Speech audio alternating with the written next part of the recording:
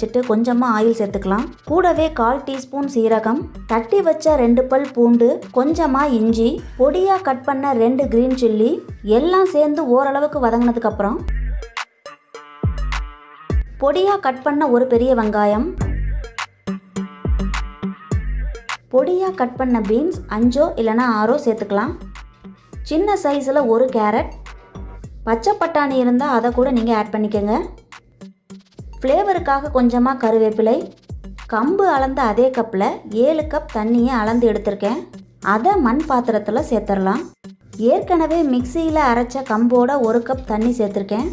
மொத்தமாக 8 கப் தண்ணி கரெக்டாக இருக்கும். தேவையான அளவுக்கு கல்லுப்பை சேர்த்துடலாம்.